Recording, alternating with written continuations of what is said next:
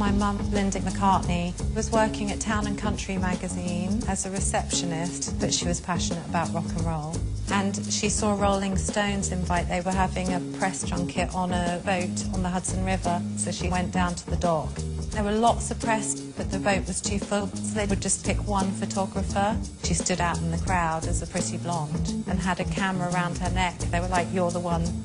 The picture of Brian Jones and Mick Jagger started her professional career, and she started getting booked. Linda was a photographer before she met Paul, and she's left a really fascinating body of work. I met Linda at a photo lab in New York City when she was just a beginning photographer. She shot candid, documentary style, just shooting whatever you see, whatever happened. She didn't spend a lot of time setting up. She'd take photographs quite quickly, use a lot of available light. The technical bit wasn't the most important thing. She was more interested in getting a nice moment. And there's a rawness to the pictures. Many of the people she photographed became the most famous musicians in the world. But when she met them, they were all broke. Who was not that famous. The Doors were not iconic as now.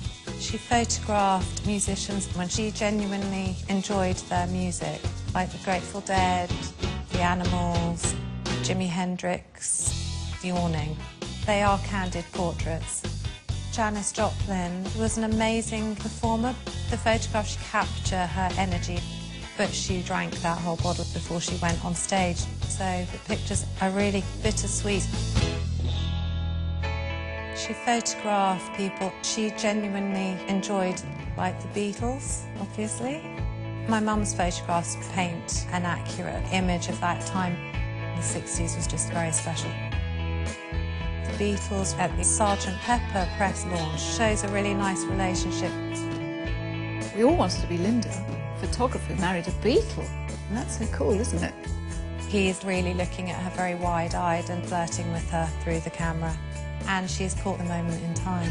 It's so romantic. They were looking for photographs to use for Dad's album, McCartney. That's taken in Scotland, and that's me poking out the jacket. She took it as a personal image, and when they showed the pictures to David Putnam, he said that image is obviously the front cover. It's become quite iconic, but it was taken as a family snapshot, and it shows her style.